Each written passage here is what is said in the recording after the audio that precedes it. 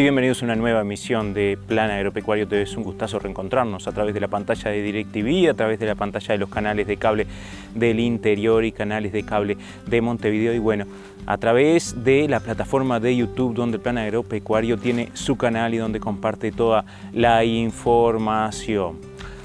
Reincorporándonos o incorporándonos, mejor dicho, a diferentes medios de comunicación. Hablábamos de los canales cable prácticamente en todos los departamentos del país y también ahora en la ciudad capital de Montevideo. Claro está que a lo que nosotros estamos abocados, lo que nos interesa como institución de extensión, de capacitación, es llegar a la máxima cantidad posible de productoras y productores ganaderos del país, no importa dónde estén, así que estamos felices por eso, porque se amplíe este abanico de posibilidades de estar justamente cerca de los actores que intervienen en la producción ganadera. Les comentamos que hoy vamos a tener un programa riquísimo como nos gusta, vamos a tener la palabra de productores, pero también las recomendaciones técnicas habituales de los ingenieros agrónomos y veterinarios del Plan Agropecuario. Pero sin más que agregar, vamos directamente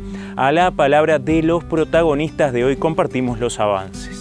Charlamos con el doctor Germán Álvarez sobre parasitosis gastrointestinales, aspectos a tener en cuenta luego de las lluvias. Visitamos INI a Tacuarembó y allí conversamos con el ingeniero agrónomo Martín Jaurena sobre las características, la fertilización y manejo del canutillo para aprovechar mejor esta pastura natural. Con el ingeniero agrónomo Santiago Lombardo, coordinador del proyecto Arroz Ganadería por parte del Plan Agropecuario, charlamos sobre este FPTA que comenzó a ejecutarse hace 2 años. Visitamos el establecimiento El Amanecer de la familia Silva, allí conversamos con Rodolfo y Juan Pablo sobre cómo se realiza el manejo en base al pastoreo racional. Continuamos con la sección Historias y Personajes, charlando con el ingeniero agrónomo Marcelo Pereira sobre Charles Darwin, esta vez sobre su visita a nuestro territorio, su visita a Uruguay. En el marco de una actividad realizada en la Sociedad de Fomento Rural Bellavista, a pocos kilómetros de Montevideo, en el departamento de Canelones, había avidez por tener información respecto a la próxima estación y cómo enfrentarla, teniendo en cuenta todas esas debilidades que han marcado la producción ganadera también en el departamento de Canelones a partir de esta sequía que ha sufrido todo el país. Allí estuvimos en una reunión donde participaron el técnico Hernán Bueno y el técnico Germán Álvarez, justamente para realizar recomendaciones al respecto. Y con Germán Álvarez, quien es veterinario en el departamento de San José y Flores, charlamos sobre algunos elementos que hay que tener en cuenta sobre las parasitosis que pueden estar apareciendo luego de una sequía donde estuvo atenuada la presencia de parásitos, pero que ahora después de la lluvia puede comenzar a aumentar esa presencia. Conversamos sobre esto con Germán Álvarez, la situación actual de las parasitosis, qué puede venir respecto a este problema, cómo lo podemos controlar, cuáles son los tratamientos, todos los elementos que hay que tener en cuenta al respecto. Es bueno tener en cuenta con respecto a las categorías en vacunos, ¿verdad? Sobre todo lo que son los terneros y las recrías, incluso animales de sobreaño, la incidencia que pueden tener las parasitosis gastrointestinales. Venimos todavía en alguna zona del país de una seca bien importante, donde bueno, sabemos que el tema de la parasitosis gastrointestinal, el componente ambiental es bien importante. Toda esa oferta y carga parasitaria que hay en el ambiente en forma de huevos y larvas, bueno, las condiciones de sequía obviamente no son favorables, pero sabemos que los cambios en algunas zonas se han dado algunas precipitaciones, la aparición de alguna humedad. A eso podemos agregar también categorías que, dado el gran déficit forrajero, no están en sus condiciones óptimas, digamos, algún animal que quizás no está en el peso y en el desarrollo ideal. Es bueno tener en cuenta el tema de las parasitosis gastrointestinales y de aquí a unas semanas donde la carga parasitaria en estas categorías, cuando hablamos de vacunos, siempre hablamos de animales menores de 2 años, que son las categorías más sensibles a este tipo de parasitosis. Tener en cuenta eso, bueno, y monitorear esas situaciones para decidir si amerita o no algún tratamiento. Ahí es fundamental, siempre decimos también, monitorear y para ver si, como te decía, si amerita o no una desparasitada, una eventual desparasitada. La herramienta del monitoreo en materia fecal de esa carga parasitaria, ¿verdad? Los coproparasitarios, ver el grado de infectación de parasitosis, es una herramienta de muy bajo costo, de alto impacto, que siempre recomendamos a los productores, nos ayuda a tomar esa decisión de hacer esa desparasitación. Y bueno, un poco en ese sentido, monitorear esas situaciones, sobre todo, como hablábamos, en categorías nuevas. Terneros que ya fueron destetados anticipadamente este año, muchos que se están destetando en esta época, en el otoño. Es una categoría bien sensible, el ternero a esa edad del destete es quizás la categoría más sensible a este tipo de parasitosis. Bueno, la relevancia de monitorear estas afecciones. Eso era un poco referente a lo que es las parasitosis gastrointestinales. Tener en cuenta eso. Después, otras afecciones que pueden aparecer, sobre todo este año en particular, donde se han habido concentraciones, han habido, como te decía, destetes anticipados de ternero, concentraciones con suplementaciones de ternero, la coccidiosis, que otra afección generada, ¿verdad?, por un protozoario, que es la coccidia, que genera también a veces problemas en ese tipo de categorías nuevas. Monitorear esas situaciones, las materias fecales de esos animales. Realmente la coccidiosis, dentro de otras cosas, lo que se da muchas veces problemas, obviamente retardos en el crecimiento, pero vemos problemas de diarrea en los animales, diarrea sobre todo sanguinolenta. Tener en cuenta ese tipo de afección también, como la coccidiosis, es bien importante en este tipo de categorías nuevas y sobre todo en un año bien particular, como decíamos, donde se han dado condiciones obviamente desfavorables para que muchas veces la inmunidad de los terneros estén disminuidas y sobre todo las concentraciones y la suplementación en los terneros puede generar algún problema con, en este caso particular de la coccidiosis.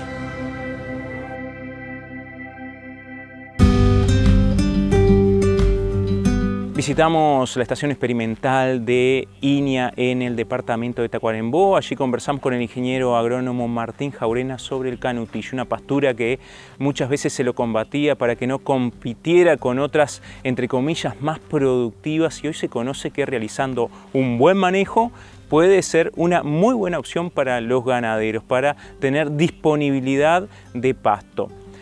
Sobre esto conversamos con Martín Jaurena, sobre sus características, sobre la fertilización y sobre el manejo en el pastoreo para sacarle el máximo provecho al canutillo.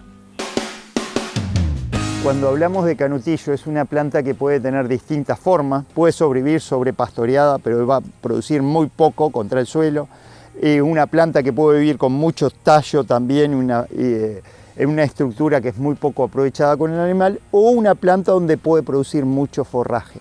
Lo que hemos visto que esa alta disponibilidad de producción de forraje de calidad, precisamos un nivel de forraje remanente cuando hacemos el pastoreo rotativo, entonces ahí estamos precisando 12-15 centímetros de forraje remanente y darle un periodo de descanso. Es una planta que se adapta muy bien al pastoreo rotativo, porque si no el pastoreo continuo muchas veces hay mucho pastoreo selectivo y se empieza a perder calidad. Pero en el pastoreo rotativo es una de las grandes ventajas que tiene esta especie. Podemos dejar acumular hasta 25 centímetros y volverla a consumir después hasta 12-15 centímetros, donde le sacamos la parte más verde, lo que tiene más valor nutritivo. Ahí tenemos distintas experiencias de productores, algunos están empezando, los primeros años es un poquito más lento porque el canutillo tiene que adoptar toda esa estructura a lo que es una planta forrajera con muchos macollos, mucho forraje, a veces se demora 1 o 2 años, y también dependemos de que el clima nos ayude, ¿no? Es una planta que produce muchísimo en los veranos lluviosos, una planta que resiste bastante bien, tenemos algunas experiencias en Rivera, en Artigas, donde ha resistido bastante bien la sequía, pero ahí ya produce mucho menos. Pero en un verano lluvioso, en un verano donde nosotros lo podamos fertilizar, que no han sido estos últimos, pero ahí la respuesta es increíble y es como si tuviéramos un verdeo perenne en el campo, algo muy lindo, donde tenemos muchos productores entusiasmados. Algunos productores lo están usando en cría, otros productores en recría, otros se hacen un banco de forraje, lo fertilizan o lo cortan nomás y lo dejan acumular 2-3 meses. Después que lo cortan, el forraje dura mucho tiempo, se puede guardar 80-90 días ese forraje y no pierde tanta calidad. Así que hay distintas estrategias de manejo y bueno, en eso estamos, en que los productores lo usen. Hay una cartilla técnica de INEA con 10 recomendaciones de manejo para empezar a trabajar sobre el canutillo, donde están las pautas básicas de lo que es el corte, de lo que es la fertilización y de lo que es el manejo de pastoreo para hacer un uso óptimo en esta especie. Lo del corte, primero lo del corte depende de la situación. Si estamos en un canutillo de esos que es casi un cañaveral, ahí nos conviene cortarlo en otoño temprano para poder entrar después con la fertilización en primavera, porque ahí se van a morir muchos macollos, van a quedar muchos espacios libres que tienen que ser colonizados de a poco. Si ya estamos en una situación donde hay algunas cañas, se podría cortar en primavera. Es más, y algunos productores donde ya no hay tanto canutillo, el segundo año ya lo empiezan a fertilizar, a pastorear y el corte ya es para acomodar la calidad de forraje, ya se hace en noviembre, diciembre. Si no, se hace en septiembre, otoño, si quedaron muchas cañas del año anterior. Si no, se puede hacer un segundo corte entre una fertilización con urea y otra. La mayor parte de los productores empiezan a fertilizar con urea, una primera fertilización, 100, 120 kilos de urea por hectárea, y después algunos que están haciendo una segunda fertilización con nitrógeno, que la primera sería en fin de octubre, la segunda quincena de octubre, y la segunda se podría hacer en noviembre. En la segunda fertilización, ahí podríamos estar fertilizando también con fósforo o con algún fosfato de amonio, o utilizando esas dos, porque ahí es cuando el canutillo pasa a tener una tasa de crecimiento muy grande y bueno, y es que explota, ¿no? Cuando tiene agua y nutrientes, fin de diciembre, enero, ahí tenemos situaciones donde produce muchísimo. Ahí. Y la otra pregunta es qué pasa con el resto. El canutillo es una especie muy dominante, donde está, de hecho ya es dominante, y bueno, quizá un poco la fase un poquito más negativa de esto es que domina, con este manejo domina aún más. Y bueno, y las otras especies no es que se pierden, pero empiezan a estar postergadas y quizás baje un poquito el número de especies, la diversidad. Es uno de los puntos que tenemos en contra. Pero bueno, podemos tener algo que se parece a una festuca en invierno o a un Sudan Grass en verano, sin mover el campo, con el mismo campo natural. Y lo que no hemos visto es que tengamos apariciones de especies como gramilla, de malezas exóticas. Eso no ha aparecido ningún problema, porque es una planta muy eficiente que utiliza muy bien los nutrientes, al menos en estos niveles que estamos manejando. En niveles superiores no sabemos si nos puede aparecer alguna otra maleza o no. No sería conveniente hacer esto en lugares donde ya hubieran malezas. Si hay un capina noni, si hay gramilla, mejor no hacerlo, dejar todo quietito como está. No es un lugar para disturbar también si hay malezas.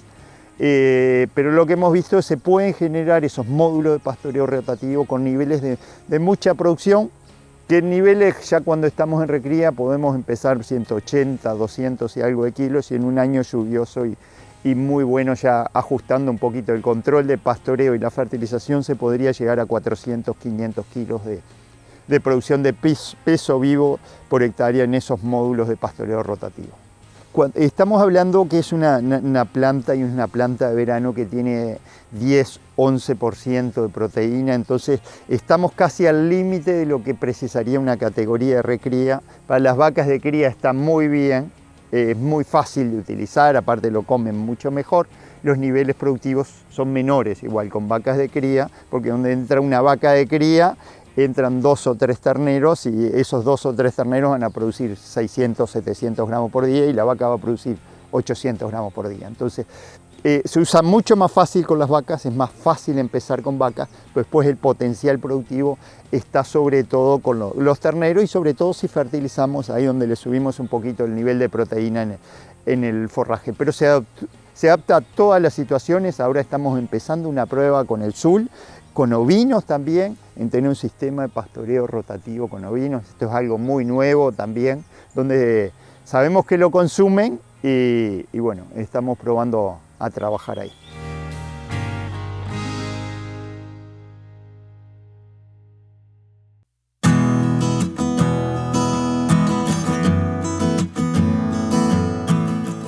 El Plan Agropecuario es una institución referente para la ganadería nacional que mediante actividades de extensión, capacitación no formal, generación de información y generación de herramientas para la toma de decisiones contribuye con el desarrollo sostenible e innovador del sector ganadero. Hoy es necesario adaptarse a los tiempos y leer el contexto, motivo por el cual el Plan Agropecuario definió su plan estratégico para los próximos 3 años con aportes de las gremiales que tienen representación en la Junta Directiva, de funcionarios, representantes del Poder Ejecutivo y los integrantes del órgano directriz de la institución. Esta guía organizativa enfatiza en el aumento de productividad como una meta alcanzable e ineludible, ya que debido a la demanda externa es necesario aumentar la producción. En este marco se definió como objetivo general del plan estratégico mejorar la productividad de los establecimientos ganaderos para mejorar la calidad de vida de quienes producen, beneficiando al sector, la sociedad y al país. 20 kilogramos por hectárea en 20 años. Es la idea fuerza que moverá este proceso y para su puesta en práctica se han definido 6 líneas estratégicas, cada una con metas cuantificables y tangibles, permitiendo su evaluación continua. Estas líneas estratégicas son: 1. Liderar un programa de extensión nacional para productores agropecuarios con foco en ganadería, integrando procesos de diversificación como estrategia empresarial. 2. Capacitar para construir un Uruguay con más y mejores capacidades. 3. Generar información y herramientas para la toma de decisiones empresariales, haciéndolas disponibles para los productores. 4. Promover y mejorar la comunicación con los usuarios de los servicios brindados por el Plan Agropecuario. 5. Generar proyectos que mejoren la producción y el negocio de los productores de manera sustentable. 6. Fortalecer los principales activos institucionales, el capital humano, los equipos y la imagen del Plan Agropecuario. Con este mapa, que guiará a la institución durante los próximos 3 años, nos proponemos continuar cumpliendo los objetivos institucionales expuestos en la Ley de Creación del Plan Agropecuario, manteniendo el compromiso con el desarrollo de los productores, el sector ganadero y el país. Para conocer el plan estratégico completo, acceda a planagropecuario.org.uy. Vos que tenés un predio con bosque nativo, registralo. Nos protege de eventos climáticos extremos, mejora la calidad del agua y protege los suelos de la erosión. Registrar el bosque nativo da beneficios tributarios. Informate en el sitio web del MGAP.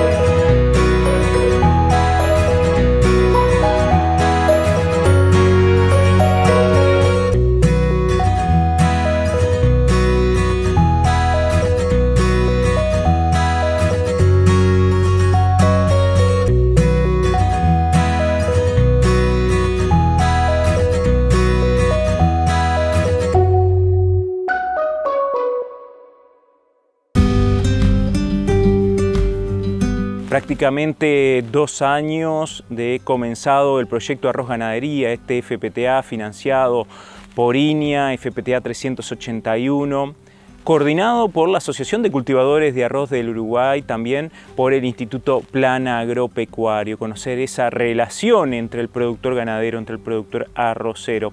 Bueno, con algunos temas importantes que son eje de esta investigación, como pueden ser los laboreos de verano, el relacionamiento, las negociaciones, etc. A esto se refiere el ingeniero agrónomo Santiago Lombardo, coordinador por parte del Plan Agropecuario de este proyecto. Bueno, estamos transcurriendo el segundo año del proyecto Arroz Ganadería, un proyecto financiado por un FPTA de INIA y ejecutado por la ACA y el Plan Agropecuario. El proyecto actualmente está iniciando su segundo año, como decía, y lo que, un poco la propuesta es el monitoreo de 6 sistemas de arroz ganadería de referencia, ubicado en lo que es la zona este, la zona centro y la zona norte. Ahí lo que hacemos es el monitoreo de los procesos productivos, técnico-productivos de esos sistemas, pero también se genera información sobre la parte actitudinal de sus actores, de quienes ejecutan las tareas, sobre todo buscando sistematizar procesos y beneficios que hacen al sistema, viendo los rubros, las actividades por separado, pero también haciendo mucho énfasis en cómo se potencian unas actividades a las otras, de esa forma capitalizando, buscando la sinergia de ambos rubros dentro del sistema. En ese sentido, lo fundamental que estamos, ahora para lo que es el mes de mayo, estamos haciendo las visitas de todos los sistemas, con los técnicos, con gente vinculada al proyecto, donde hacemos talleres de discusión sobre algunas temáticas, como puede ser el acondicionamiento de las chacras para siembra de pradera de primer año. También miramos lo que son siembras de verdeo sobre laboreos de verano, y conversamos sobre todo con las duplas de productores sobre aspectos que hacen a la toma de decisiones, a las buenas prácticas de gestión de estos sistemas, sobre todo vinculando o haciendo énfasis en lo que es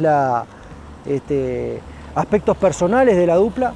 Pensamos, hay algunos aspectos personales de la dupla que inciden en el buen relacionamiento, en fortalecer el sistema. Hay aspectos propios del sistema, hay aspectos también del contexto de esos sistemas, donde están esos sistemas, pero fundamentalmente haciendo énfasis en qué beneficia un rubro al otro dentro de ese sistema, en cuáles son las claves o los puntos a acordar para el buen relacionamiento, cuáles son los aspectos fundamentales para el manejo de los conflictos, de las interacciones que se dan, y de esa forma vamos generando información técnico-productiva, pero también más social de lo que hace a estos sistemas. En este sentido, en el momento actual, la actividad fundamental que estamos monitoreando son lo que son los laboreos de verano, que es una actividad que obliga a la dupla a ponerse de acuerdo en muchas cosas, gestionar de forma compartida algunos recursos, como por ejemplo hacer un laboreo de verano para una siembra anticipada. Ahí la tecnología del laboreo de verano implica o pretende hacer un laboreo de forma anticipado para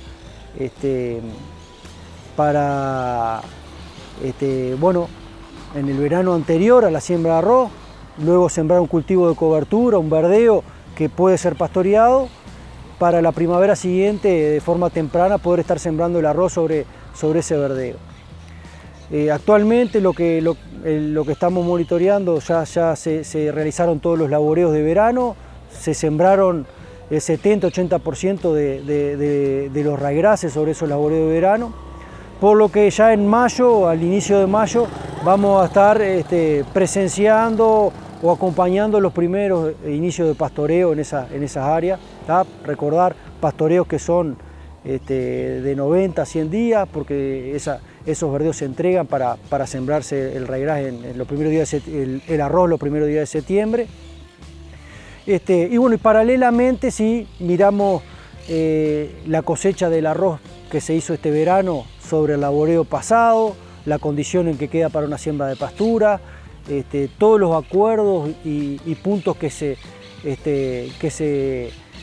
llevan adelante en esa negociación entre los dos actores, y bueno, y para así ya lo que es la primavera, septiembre, octubre, ya tener planificada una actividad pública de presentación de resultados en las 3 zonas, una en 33, otra en Cerro Largo y otra en Artigas. En los meses entre agosto y septiembre vamos a estar haciendo esas 3 actividades abiertas, presentando lo que han sido los 2 años de monitoreo de esos sistemas, los resultados, pero también lo que ha sido la sistematización de las buenas prácticas de vinculación entre estos actores. La actualidad de estos sistemas hoy en día, fundamentalmente la actividad central está puesta en lo que es la cosecha de arroz. Se están finalizando las cosechas con situaciones diferentes entre zonas. Está la zona baja de 33 con más humedad, otras zonas que se han podido cosechar más con menos humedad, con mejores condiciones, vamos a decir. Y bueno, también con una variabilidad alta en lo que es la calidad de la producción.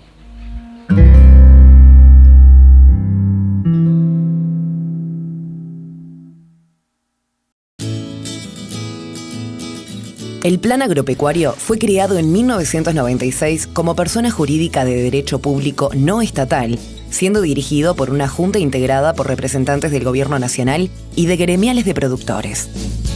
Somos referentes en extensión, capacitación no formal y generación de información. A través de estas acciones contribuimos con el desarrollo sostenible e innovador de la ganadería y sus productores.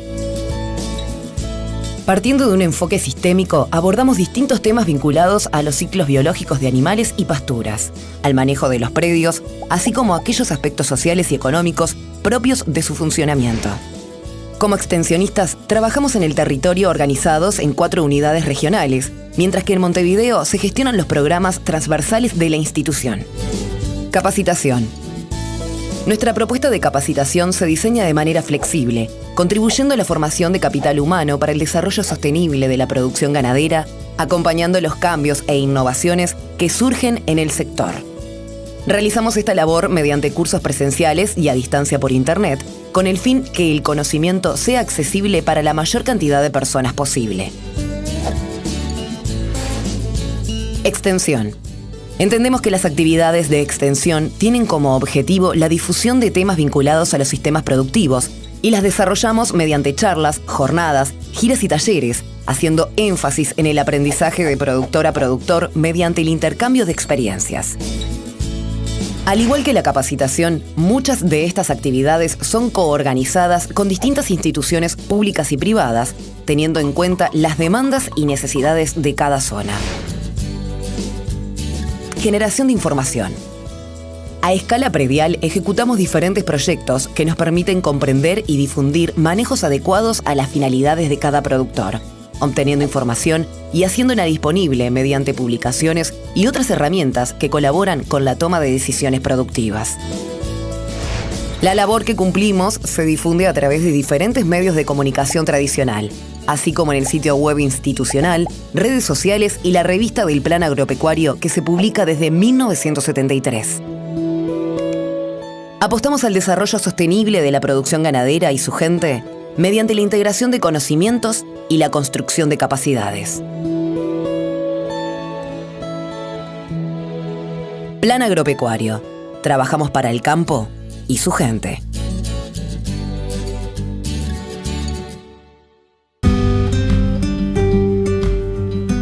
En el marco de una actividad realizada hace pocos días en Durazno, donde se realizó un congreso de pastoreo racional, se realizaron algunos documentos audiovisuales y compartimos uno de ellos, de la familia Silva, que tiene su producción ganadera en Chapicuí, departamento de Paysandú. Allí conversamos con Rodolfo y con Juan Pablo sobre cómo se viene implementando el pastoreo racional en el Almanecer, en este establecimiento de la familia Silva.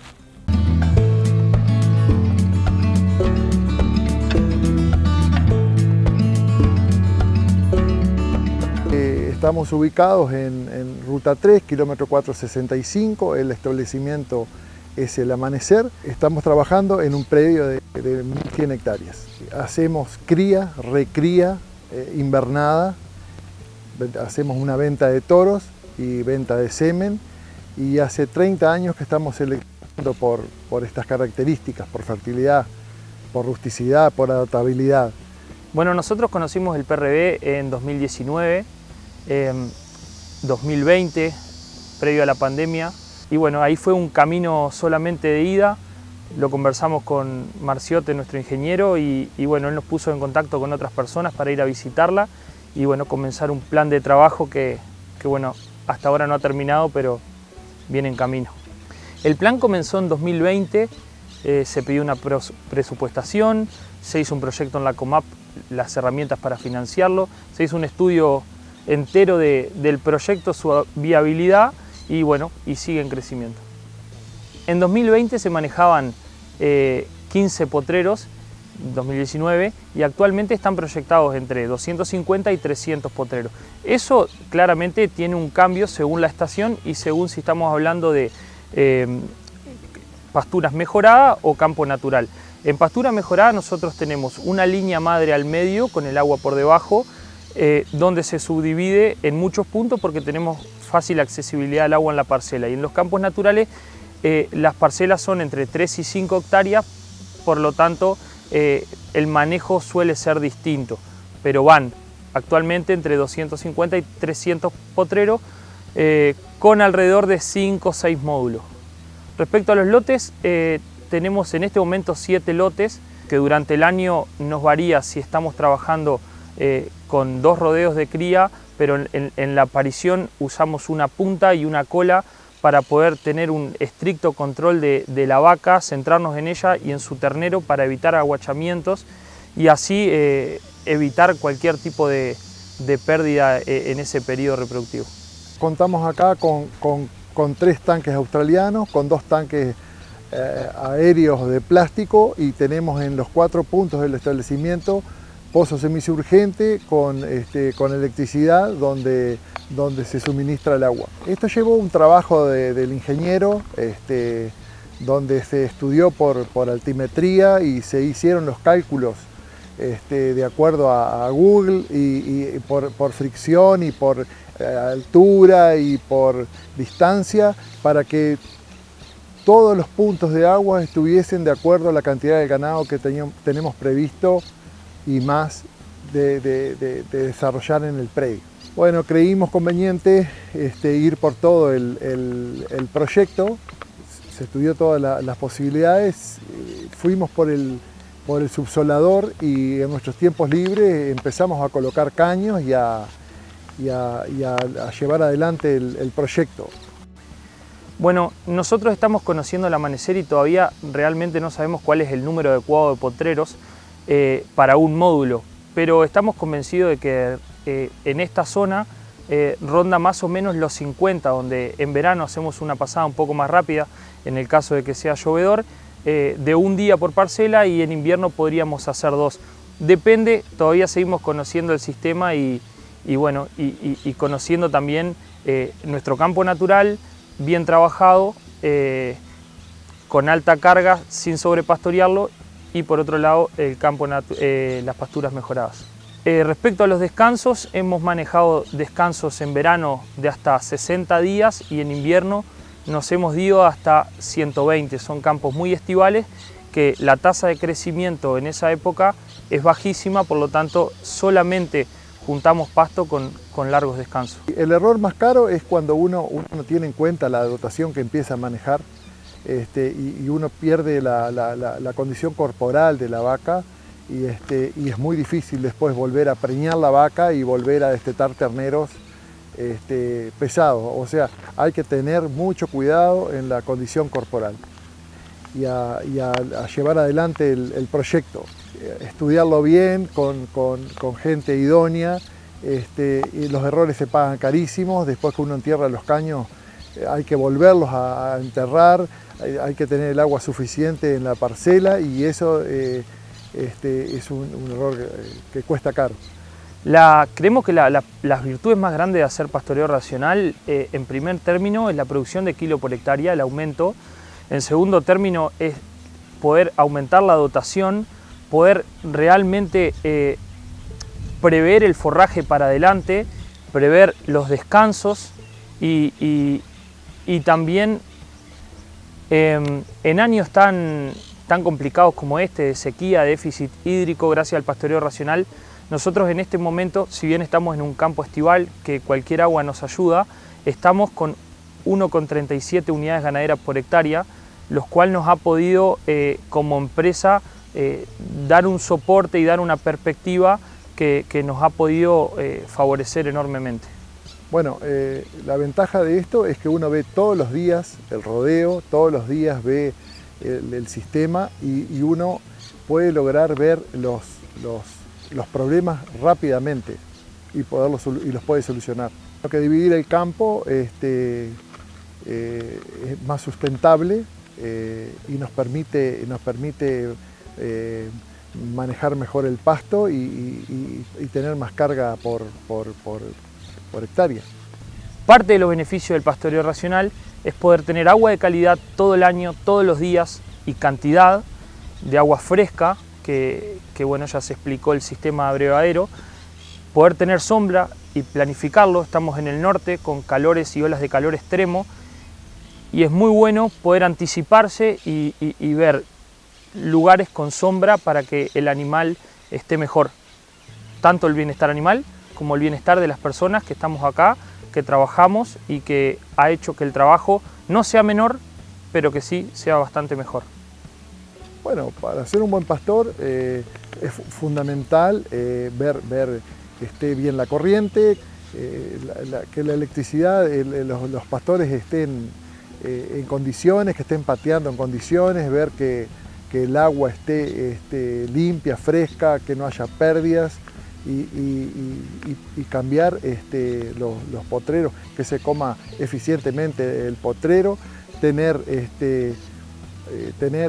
ponerle ganas al sistema y ver la bosta del ganado, cómo está momento a momento. Donde se ha invertido mucho tiempo, mucha energía y mucho dinero, mucho trabajo, y los resultados cada año nos sorprenden para mejor.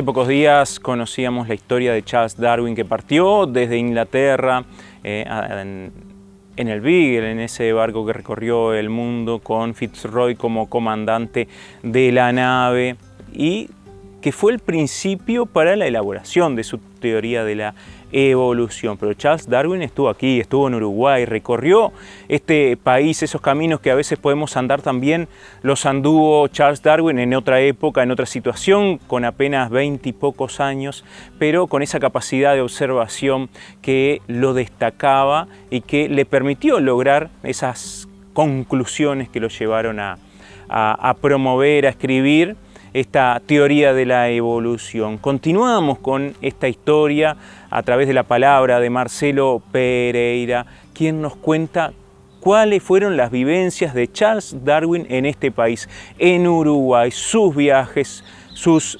experiencias, sus trabajos, sus anotaciones y bueno, algunas anécdotas que quedaron a partir de su presencia en Uruguay.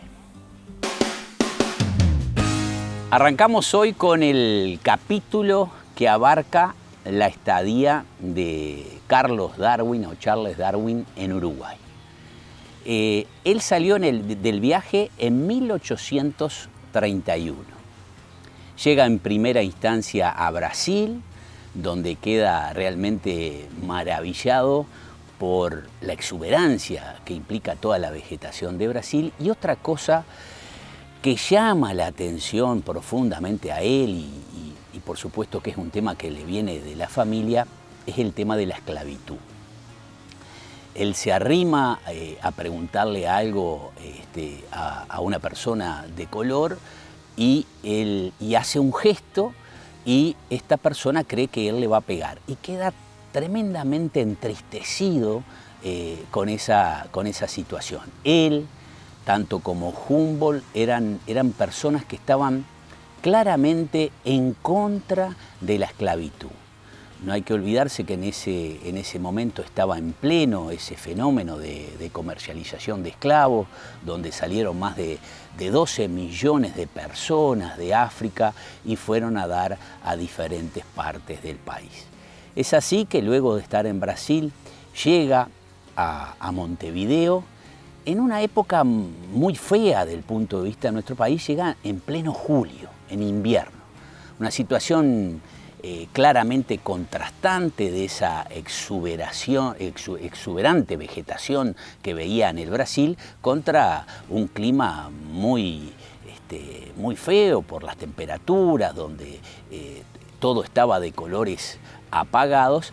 Pero bueno, llega a Montevideo, está un tiempo, va a Buenos Aires y luego ya regresa al Uruguay en una época mucho más lindo, más en la primavera, más donde realmente las cosas se podían ver de otra manera y Darwin queda realmente contento.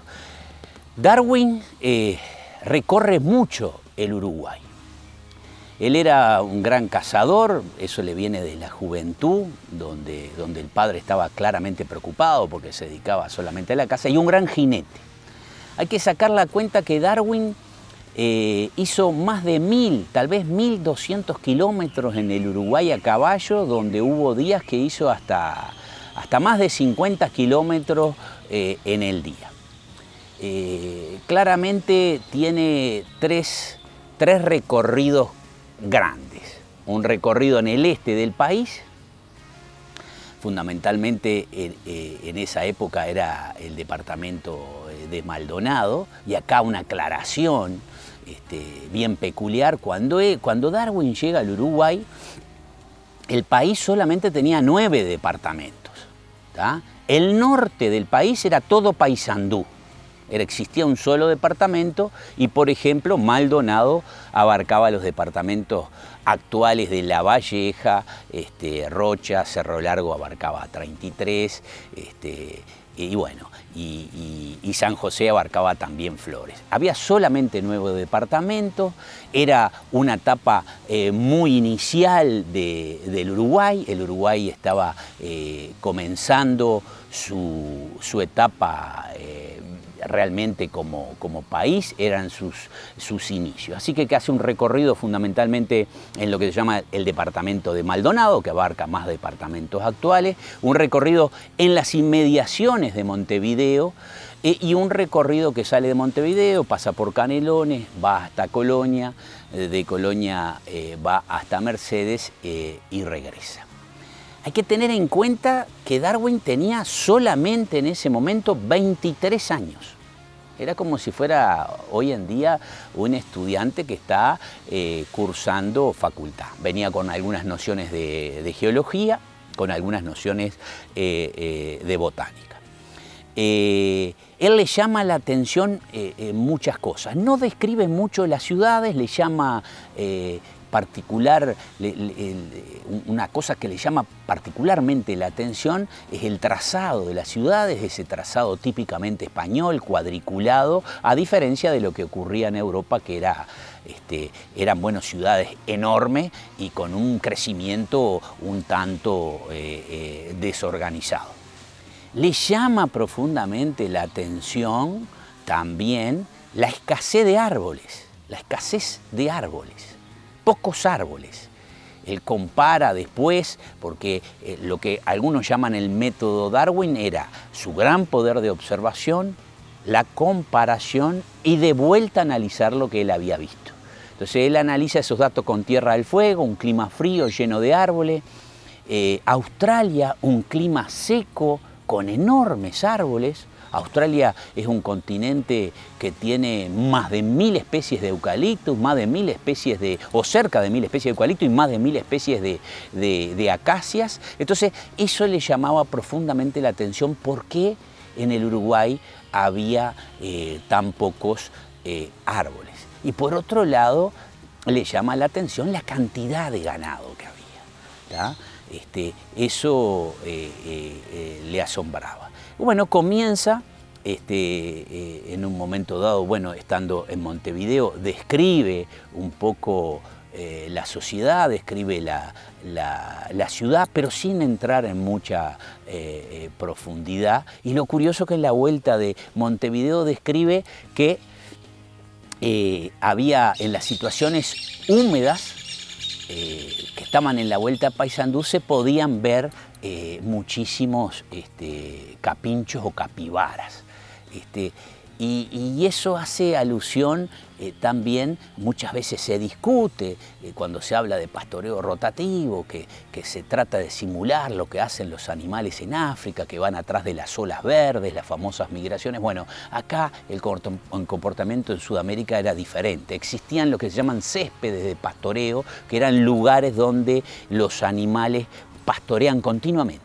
¿tá? Y eso lo hacían los capinchos en zonas de humedad, donde dan origen a especies postradas, como el Paspalum pumilum, el Paspalum vaginatum, determinados pastos que se adaptan a esas situaciones, o también como el Paspalum notatum, donde habitaba normalmente el venado de campo. El primer mamífero que se baja en Maldonado y mata a Darwin es un venado de campo.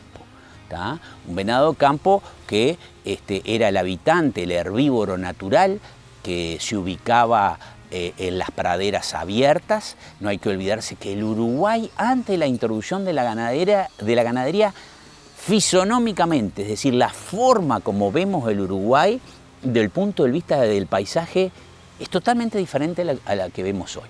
Había una zona de praderas abiertas que abarcaba los suelos superficiales, donde habitaba el venado de campo, que tiene astas, y eso es porque tiene que tener lugares sin árboles para correr. Por eso existe el Guasubirá, donde hay monte, y existía mucho monte.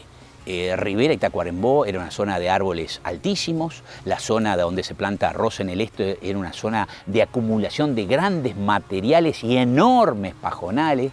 El río Uruguay era lo que se llamaba el Espinal, tenía 100 kilómetros de ancho, donde había especies arbóreas enormes que hoy prácticamente no existen, llenos de algarrobales. La fisonomía era diferente. Darwin sí observó grandes chircales en la zona de Soriano.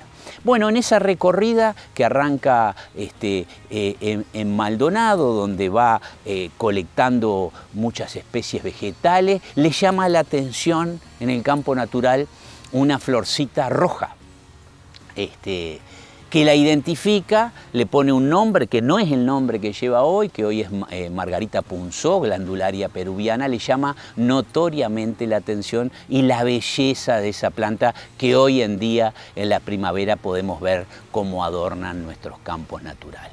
Él sale a caballo, va recorriendo, va observando, va hasta el arroyo Polanco, pasa por Barriga Negra, pasa por minas, gran observador de la geología, ve unas canteras de mármoles y en esas paradas él siempre destaca que donde se queda es increíble la austeridad que tienen los hacendados o los estancieros, a pesar de que son dueños de una enorme cantidad de extensión de tierra. Eso le llama la atención y la cortesía que tienen para con él. Estando en mina, una cosa que él se ríe, le llama la atención cómo se lava la cara todas las mañanas y le preguntan si es algún rito musulmán que él está profesando. Le llama muchísima la atención la brújula y tiene algo de magia que son los fósforos. Darwin andaba con fósforo y él los prende con la boca, con los dientes, y eso deja extasiado a la gente. Incluso destaca la poca formación de nuestra gente, donde hay gente de acá, de nuestra república, que le discute si el mundo es redondo o no.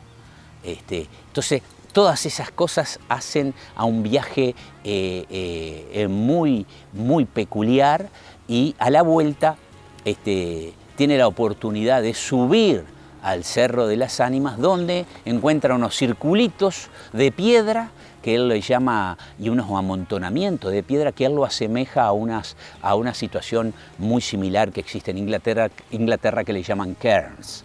Se escribe cairns, y él lo asemeja igual. Algunos suponen que son enterramientos de indígenas y otros aluden a los circulitos de piedra como bichaderos o ritos chamámicos que hacían los indios charrúas acá en el Uruguay. Él vuelve a Maldonado. Hay que dejar claro que el Beagle, el almirante del barco, él deja anclado el barco en la isla Gorriti, haciéndole algunas reparaciones, y en ese interín Darwin da toda esa recorrida, paran alguna pulpería y describe de esta manera el gaucho como una persona excesivamente cortés, que nunca va a tomar algo sin invitar a la persona que tenga al lado, con una vestimenta un tanto particular y con la cualidad de inclinarse cuando va a saludar a una persona ajena, pero siempre estando a tiempo, dice, debido a que llevaba un cuchillo, estando a tiempo o no perdiendo la oportunidad en caso que se presentara algo raro de degollar a la persona que estaba saludando. Entonces hace una descripción muy particular del gaucho. También se dedica a describir la gran habilidad que tenían como jinete, tanto como jinete y en la utilización de las boleadoras, que hay una situación particular que después ahondaremos en ella de Darwin, tanto en la utilización de las boleadoras como del lazo. Continuaremos con otro capítulo que va a seguir profundizando en lo que resta de el viaje de Darwin por aquí en nuestros lares.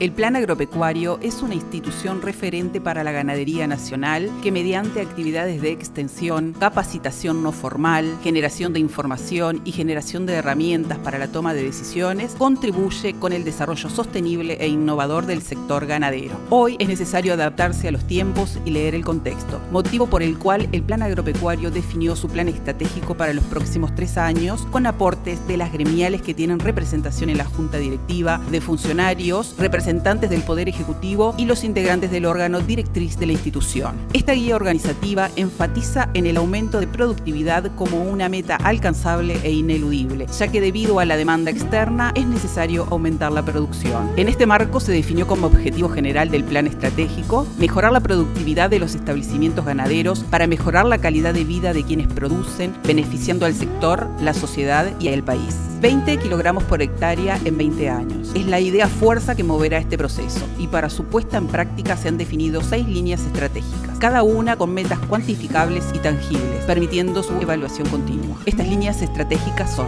1. Liderar un programa de extensión nacional para productores agropecuarios con foco en ganadería, integrando procesos de diversificación como estrategia empresarial. 2. Capacitar para construir un Uruguay con más y mejores capacidades. 3. Generar información y herramientas para la toma de decisiones empresariales, haciéndolas disponibles para los productores.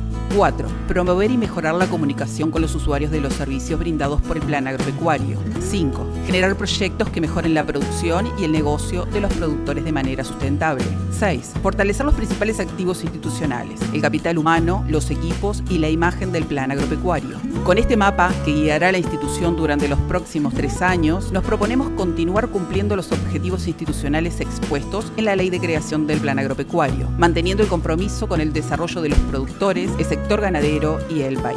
Para conocer el plan estratégico completo, acceda a planagropecuario.org.uy. Actividades del Plan Agropecuario. El próximo 20 de abril a las 16 horas se realizará la jornada Reconocimiento y Control de Capina Noni, el punto de encuentro, la radial de Quebracho sobre la Ruta 3 en el departamento de Paysandú. Se encuentran abiertas las inscripciones para realizar el curso a distancia dirigido a técnicos vinculados al sector agropecuario, claves para el diseño de sistemas de abrevadero en predios ganaderos. Preinscripciones estarán abiertas hasta el 24 de abril y el curso estará iniciando el 8 de mayo. El 25 de abril se realizará en la Sociedad Rural de Río Negro, en la ciudad de Yung, departamento de Río Negro, la jornada Actitud y Resiliencia en tiempos complicados a cargo del psicólogo Alejandro de Barbieri. El próximo 18 de mayo se estará realizando la jornada de gestión del pasto, buscándole la vuelta después de tiempos difíciles en el establecimiento laboratorio Cerro del Bombero del ingeniero agrónomo Juan Bazán.